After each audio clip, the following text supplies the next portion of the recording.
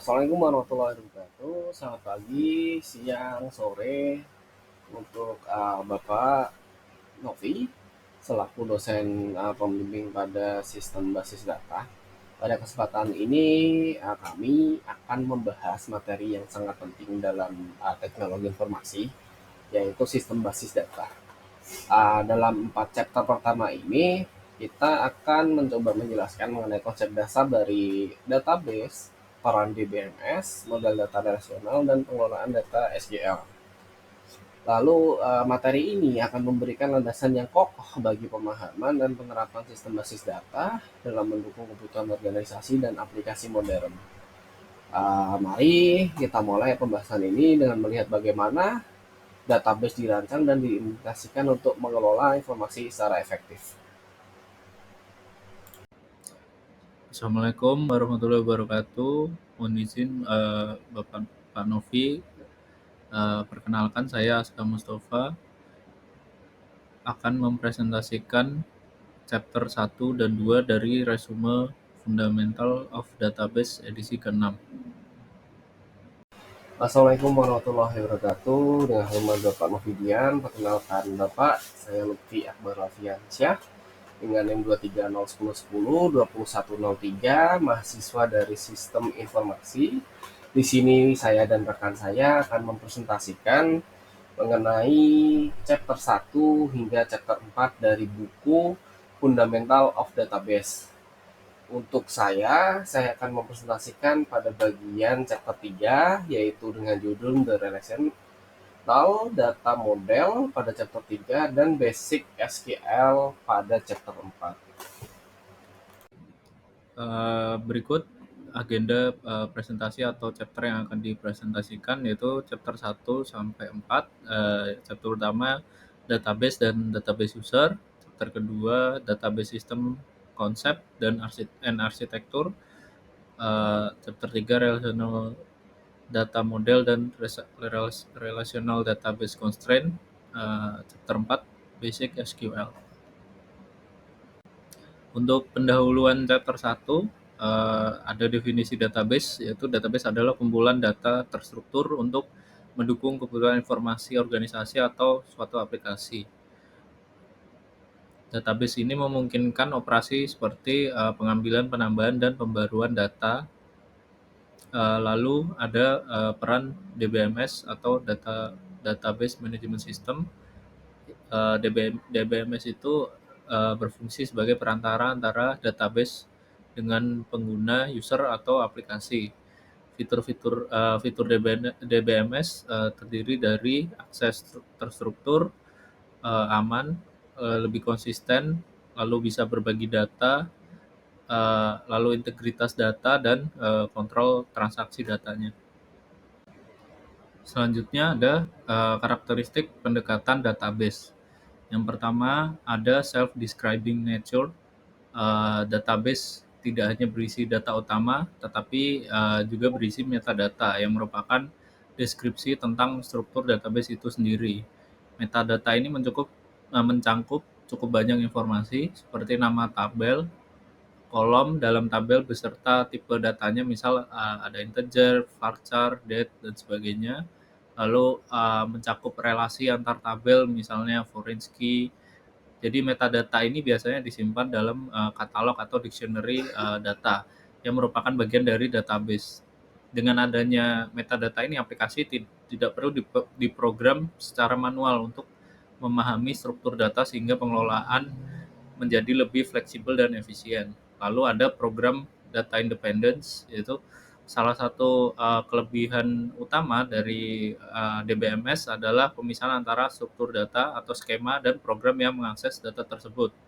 Jadi dalam sistem file tradisional, perubahan pada struktur data seringkali mempengaruhi aplikasi yang menggunakan data tersebut, sehingga memerlukan modifikasi coding atau program. Sebaliknya, dalam DBMS, perubahan pada skema seperti penambahan kolom, pada tabel, dan sebagainya tidak mempengaruhi aplikasi yang sudah ada. Jadi hal ini memungkinkan pengembangan dan pemeliharaan sistem menjadi lebih mudah.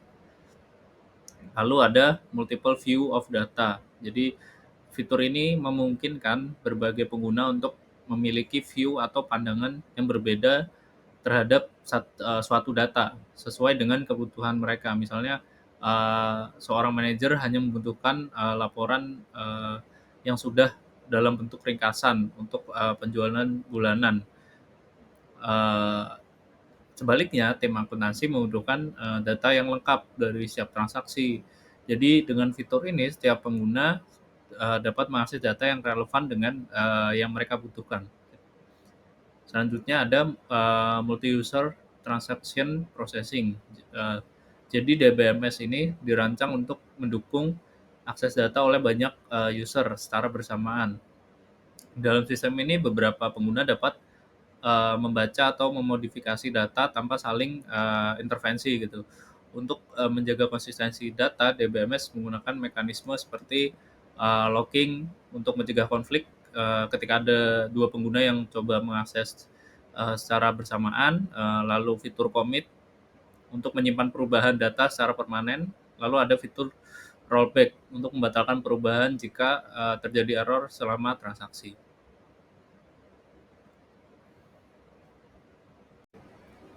Selanjutnya ada aktor dalam ekosistem database. Yang pertama itu ada DBA atau Database Administrator yang bertanggung jawab penuh atas pengelolaan database. Tugas mereka meliputi mengelola performa database agar lebih optimal, lalu menjamin keamanan data dari akses yang tidak sah, lalu melakukan backup recovery jika terjadi error atau korup, lalu mengelola hak akses pengguna atau user dan memastikan bahwa data data tertentu hanya dapat diakses oleh orang yang memiliki izin. Seperti itu. Lalu selanjutnya ada database designer. Desainer database ini bertugas merancang struktur database baik secara logis maupun fisik. Jadi desainer ini menentukan tabel apa yang diperlukan, lalu kolom dan tipe data apa pada setiap tabel, lalu relasi antar tabel ini didesain baiknya seperti apa, lalu memastikan bahwa database dapat menangani kebutuhan pengguna dengan efisien dan fleksibel. Lalu ada end user. End user ini terdiri atas beberapa jenis, yaitu ada casual user yang menggunakan database sesekali untuk tugas tertentu, misal untuk melihat laporan, lalu ada parametric user untuk biasanya menggunakan aplikasi standar untuk tugas-tugas rutin seperti Tailor Bank dan sebagainya.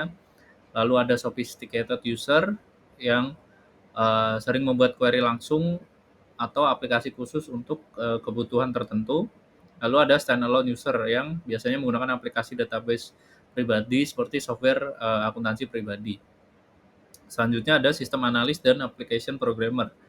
Sistem analis ini bertugas untuk menganalisis kebutuhan pengguna dan merancang sistem yang sesuai.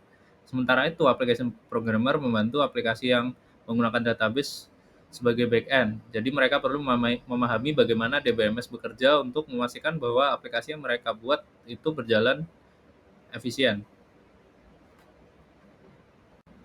Selanjutnya ada keuntungan menggunakan DBMS.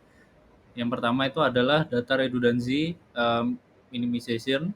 Itu dalam sistem tradisional, data yang sama seringkali disimpan di berbagai tempat acak yang dapat menyebabkan konflik data.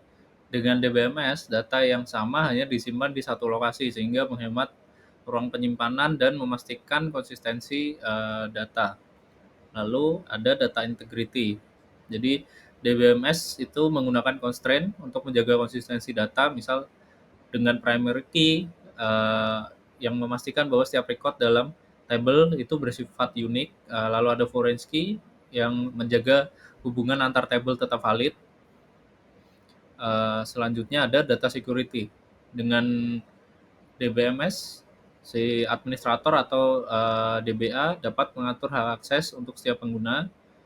Misalnya seorang karyawan mungkin hanya memiliki izin untuk membaca data-data tertentu, sementara manajer dapat melakukan perubahan pada data tersebut atau mungkin dapat membaca seluruh data.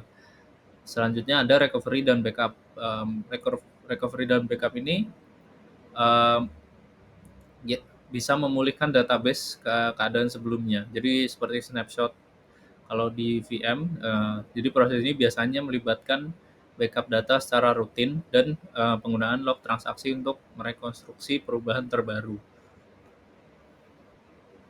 Selanjutnya, kapan kita tidak menggunakan DBMS? Jadi meskipun DBMS ini punya banyak keunggulan, namun ada beberapa situasi di mana DBMS ini tidak terlalu diperlukan. Jadi mungkin untuk pertama aplikasi yang sederhana. Jadi jika sistem hanya membutuhkan beberapa file yang kecil dengan struktur yang sederhana, penggunaan DBMS ini mungkin tidak efisien karena biaya dan kompleksitasnya. Lalu saat overhead-nya tinggi, jadi DBMS memerlukan sumber daya yang cukup besar seperti memori prosesor. Eh, Jika kebutuhan aplikasi sangat kecil overhead ini bisa menjadi penghambat. Lalu yang ketiga adalah sistem real time dengan latensi rendah. Jadi dalam beberapa sistem yang membutuhkan respon dalam hitungan milisecond, overhead dari DBMS dapat menjadi kendala. Jadi sistem real time seringkali menggunakan metode penyimpanan data yang lebih ringan. Selanjutnya pada chapter 2, database sistem konsep dan arsitektur. Eh, di sini dijelaskan definisi data model atau model data yang digunakan untuk menggambarkan struktur, relasi dan operasi data dalam database. Contohnya di sini ada dalam database sistem konsep itu ada high level atau konseptual data model. Biasanya digunakan untuk mendeskripsikan data pada level yang mendekati pemahaman manusia. Contohnya ER atau Entity Relationship Model yang menggunakan konsep entity, atribut, dan relationship untuk mempresentasikan data. Ini cocok untuk digunakan pada tahap desain konseptual. Lalu ada representasional atau implementasional data model. Ini lebih dekat dengan cara data diimplementasikan pada sistem, tapi masih cukup sederhana untuk bisa dipahami oleh user. Contoh utamanya adalah relational model. Lalu ada low level atau physical data model yang fokus pada cara data diorganisasi dan disimpan pada perangkat keras. Hal ini menyediakan detail seperti struktur file, indeks, dan metode penyimpanannya. Lalu ada self-describing data model, yaitu data dan metadata digabungkan menjadi satu seperti dalam XML atau beberapa sistem NoSQL. Selanjutnya ada schemas dan instance. Schemas ini adalah struktur tetap yang mendefinisikan organisasi data dalam database. Itu contohnya ada external schema, yaitu view khusus pengguna atau aplikasi yang memungkinkan fleksibilitas untuk berbagai kebutuhan. Lalu ada konseptual skema, yaitu gambaran logis sebenarnya dari keseluruhan database, mencakup tabel, kolom, dan relasi. Lalu ada internal skema, detail teknis tentang bagaimana data disimpan secara fisik, termasuk metode pengindeksan dan penyimpanannya. Lalu ada instance. Instance adalah isi aktual dari database pada waktu tertentu. Jadi instance dapat berubah setiap saat, misalnya ketika ada data ditambah, data dihapus, atau diupdate. Tetapi skema tetap sama kecuali ada perubahan desain. Selanjutnya ada tree skema arsitektur. Jadi arsitektur 3 skema ini adalah kerangka kerja yang memisahkan detail teknis penyimpanan data dari bagaimana data tersebut dilihat oleh user. Jadi pemisahan ini memungkinkan independensi data, yang berarti perubahan pada setiap lapisan tidak mempengaruhi lapisan lainnya. Jadi dalam satu layer misal ada perubahan, si layer lainnya tidak terpengaruh gitu. Yang pertama itu ada internal level atau layer internal. Ini berisi informasi tentang bagaimana data secara fisik disimpan, termasuk file, indexingnya, dan struktur disk lainnya. Optimasi pada level ini sebenarnya berfokus pada efisiensi penyimpanan dan akses data. Jadi fokusnya lebih ke I/O dari disk itu sendiri untuk menyimpan database. Lalu selanjutnya ada conceptual level. Jadi conceptual level ini berisi gambaran logis, logik atau logis database yang digunakan untuk mendeskripsikan suatu entitas, atribut, hubungan, atau constraint. Yang dimana ini memungkinkan pengguna untuk fokus pada struktur data tanpa memperhatikan bagaimana data disimpan secara fisik.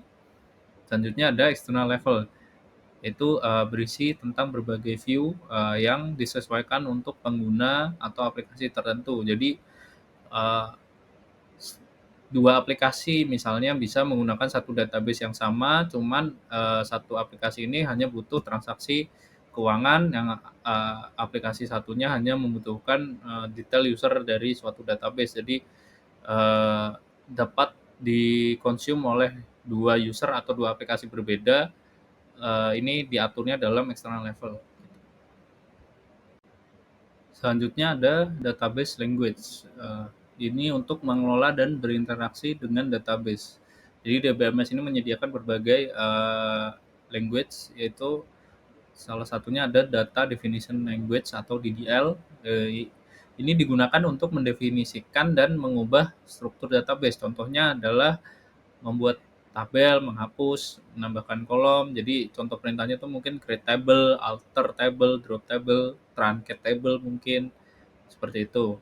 Lalu data manipulation language atau DML ini biasanya digunakan untuk memanipulasi data dalam database, seperti menambah, menghapus, dan memperbarui data. Untuk language DML ini biasanya select, insert, update, itu delete, itu masuknya dalam DML. Lalu selanjutnya ada data control language. Data control language ini biasanya digunakan untuk mengatur akses atau role seperti grant dan revoke pada privilege. Lalu ada nomor 3 adalah query language, yaitu subset dari DML yang dirancang khusus untuk pengambilan data. SQL adalah contoh paling populernya. Selanjutnya ada database system environment. Itu sistem database ini beroperasi dalam lingkungan yang terdiri dari beberapa komponen penting, yaitu ada hardware yang isinya adalah perangkat keras yang digunakan untuk memproses data seperti servernya, disknya, memorinya. Lalu kedua ada software meliputi DBMS, aplikasi pendukung, dan OS-nya. Lalu ada data, itu kumpulan informasi yang disimpan dalam database, termasuk metadata yang menjelaskan struktur data tersebut. Keempat adalah people, yaitu terdiri dari DBA, desainer database, end user, atau pengembang aplikasi. Selanjutnya ada database arsitektur. Jadi arsitektur database ini memengaruhi cara data diakses, disimpan, dan dikelola. Dua arsitektur utama adalah centralized arsitektur, yaitu semua data yang diproses dijalankan pada satu server pusat, yang ini cocok untuk sistem kecil dengan pengguna terbatas, tetapi dapat menjadi bottleneck jika jumlah penggunanya meningkat. Lalu kedua ada client server arsitektur, yaitu data dikelola di server, sedangkan aplikasi dijalankan di komputer klien. Jadi membagi beban kerja antar server dan klien sehingga lebih bisa di scalable untuk sistem yang lebih besar. Untuk real world case-nya di tempat kerja saya mostly menggunakan centralized arsitektur karena kita 90% aplikasi kita adalah aplikasi web based. Jadi yang selama ini saya handle biasanya memang centralized arsitektur karena semua database production adanya di data center gitu, di server kita. Jadi tidak ada database yang client server arsitektur gitu ya. Jadi hanya centralized kebanyakan. Kalau aplikasinya itu web based. Terakhir ada klasifikasi dari DBMS. Jadi DBMS dapat diklasifikasikan by data modelnya, misal relasional, object oriented, hierarki, atau network. Lalu berdasarkan tujuan atau purpose-nya, yaitu general purpose DBMS itu untuk banyak aplikasi yang general, yang umum. Selanjutnya ada special purpose DBMS. Jadi ini untuk aplikasi khusus, misal seperti data warehouse atau time series datanya dan sebagainya. Selanjutnya ada berdasarkan arsitektur yang tadi dijelaskan, itu ada centralized, client server atau distribute DBMS. Jadi kita masuk ke chapter yang ketiga. Di sini membahas mengenai dari model data relasional. Di sini saya buat 3 poin. Yang pertama, model relasional adalah dasar dan sebagian besar sistem database saat ini karena menyimpan data dalam bentuk tabel. Data direpresentasikan sebagai tabel atau relasi dengan garis atau tabel dan kolom atau atribut, memastikan integritas dan melalui berbagai constraint. Jadi model data relasional ini adalah fondasi bagian besar sistem basis data modern karena data disimpan dalam bentuk tabel. Nah, setiap tabel mewakili entitas baris disebut tuple yang merepresentasikan rekor dan kolom adalah atribut yang mendeskripsikan properti data. Lalu dengan menggunakan constraint seperti nanti dijelaskan mengenai primary key dan dijelaskan mengenai forest key, model ini memastikan integritas data terjaga. Pendekatan ini memungkinkan fleksibilitas tinggi dalam pengelolaan data dan sangat berguna untuk mendukung kebutuhan aplikasi yang beragam. Lalu di sini kita akan membahas mengenai konsep dasar model data relasional. Ada 4. Yang pertama tadi tabel atau relasi, baris atau tabel, kolom atau atribut, lalu ada relasi skema. Nah, tabel ini apa? Itu tabel merupakan suatu struktur data dalam model relasional digunakan untuk penyimpanan data. Lalu kolom atau atribut itu untuk mewakili karakteristik data, misalnya nama, umur, atau tanggal. Lalu tadi terlewat ada baris atau tabel, itu menyimpan data aktual seperti satu baris data mahasiswa misalkan. Lalu yang terakhir ada relasi skema. Relasi skema ini menggambarkan struktur tabel termasuk nama tabel, nama kolom, dan tipe datanya. Nah, relasi ini nantinya memudahkan dalam penyimpanan dan pengelolaan data dengan cara yang terstruktur dan terorganisir. Pada poin ketiga di bagian pendahuluan tadi ada menjelaskan mengenai constraint. Nah, di sini kita akan membahas constraint dalam model relasional. Ada beberapa constraint yang membantu menjaga integritas data dalam tabel, antara lain domain constraint. Jadi domain constraint ini mungkin secara sederhana dalam membatasi tipe data yang dapat dimasukkan ke dalam kolom tertentu. Lalu ada primary key, itu menjamin bahwa setiap baris dalam tabel dapat diidentifikasi secara unik. Lalu ada foreign key, itu menghubungkan tabel satu dengan tabel lain, memastikan referensi data antar tabel tetap valid. Lalu ada entity integrity, semua nilai primary key harus unik dan tidak boleh bernilai nol. Yang terakhir ada referensial integrity, atau setiap foreign key harus merujuk pada primary key yang valid di tabel lain atau bernilai nol jika diperbolehkan. Selanjutnya operasi pada relasi. Ada 3 operasi utama, yaitu yang pertama insert, delete, dan update. Secara sederhana, insert ini digunakan untuk menambah data baru ke tabel. Lalu ada delete, itu untuk menghapus data yang ada. Lalu perlu memastikan tidak melanggar referential integrity. Lalu update itu memodifikasi data yang ada dalam tabel. Perubahan pada primary key atau foreign key harus dilakukan dengan hati-hati untuk menghindari pelanggaran constraint. Nah, mungkin analisisnya operasi insert, delete, dan update ini sangat berdasar, tapi memiliki potensi pelanggaran constraint jika tidak dikelola dengan benar. Nah, maka penting untuk memastikan referential integrity saat menghapus atau memperbarui data. Nah, di sini transaksi itu kumpulan operasi yang dijalankan sebagai satu kesatuan. Contohnya adalah kombinasi antara operator insert, update, dan delete yang harus selesai sepenuhnya atau tidak sama sekali. Nah, lalu konsistensi itu dicapai dengan mematuhi aturan constraint seperti memastikan foreign key valid sebelum data dapat dimasukkan. Nah, transaksi tadi itu memungkinkan integritas operasional dalam pengelolaan data. Mungkin tantangannya adalah memastikan semua proses itu dijalankan sepenuhnya atau dibatalkan untuk menghindari data yang tidak konsisten. Nah, ini adalah kelebihan dan tantangannya. Jadi kelebihannya adalah model yang struktur dan mudah dipahami, lalu mendukung manipulasi data dengan aturan yang ketat. Lalu ada fleksibilitas tinggi dalam menangani hubungan antar entitas. Lalu ada dukungan luas dari sistem database komersial dan open source. Tantangannya, desain skema yang kompleks untuk aplikasi berskala besar. Lalu ada performasi yang dapat menurun tanpa optimalisasi. Lalu yang terakhir, pemrosesan constraint yang dapat menambah overhead system.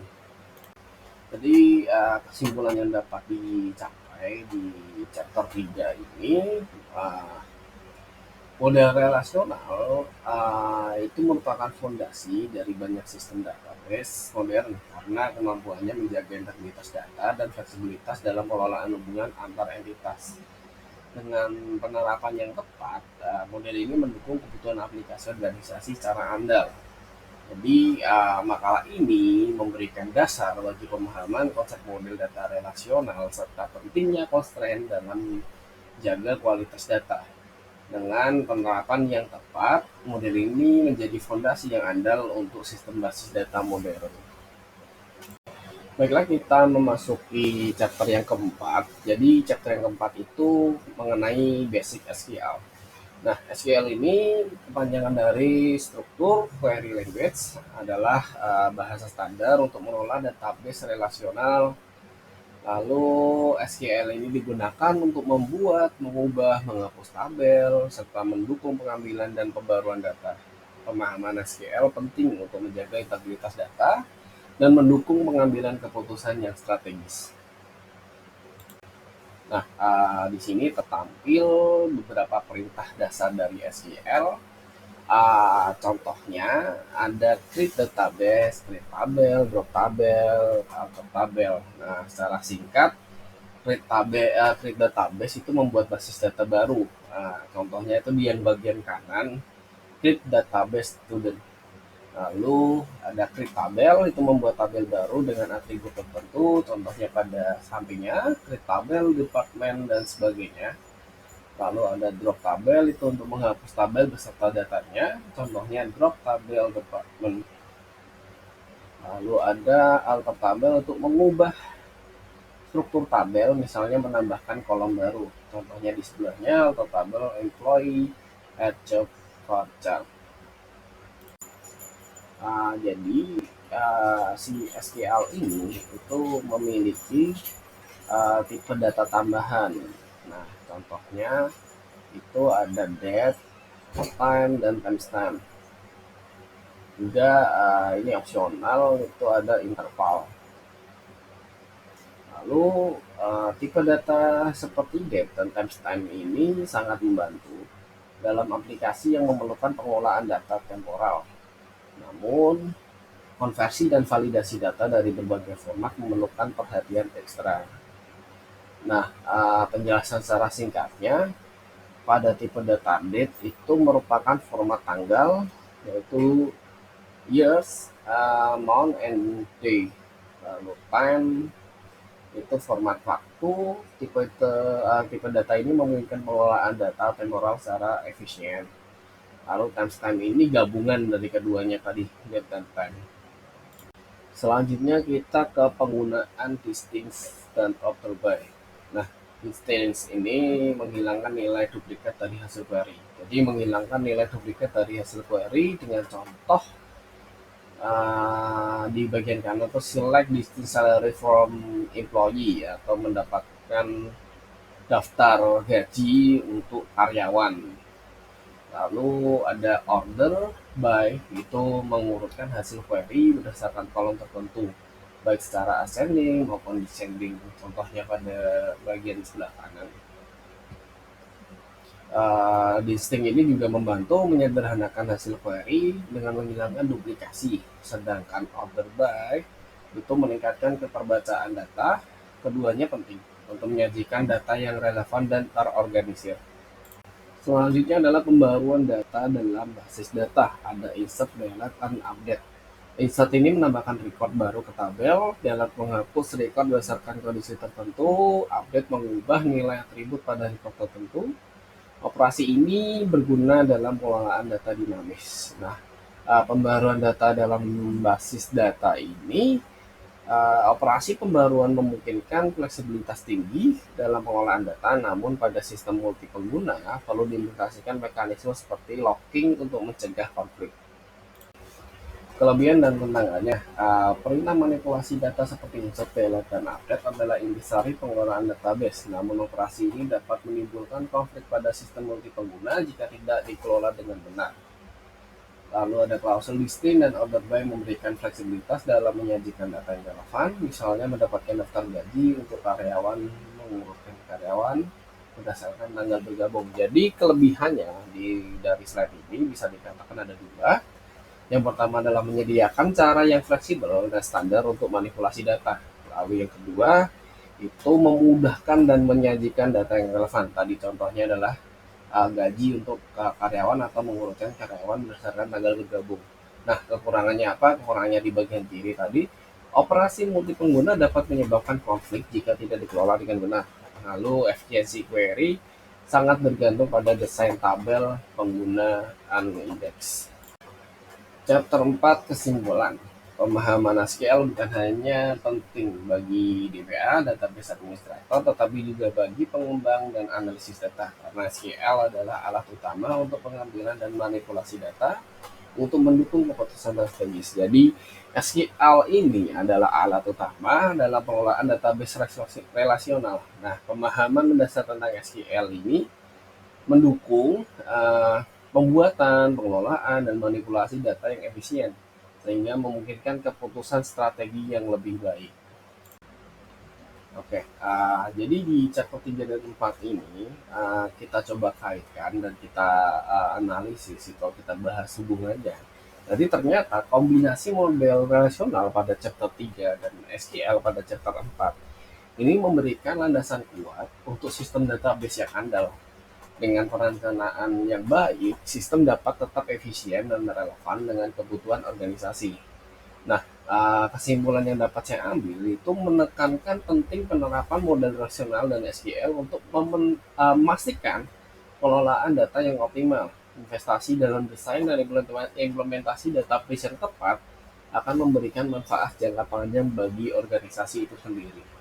Nah, sebagai penutup, dari chapter 1 hingga 4 itu telah memberikan pemahaman menyeluruh tentang dasar-dasar dari sistem basis data, mulai dari konsep database, peran DBMS, model data relasional, hingga pengelolaan data menggunakan SQL.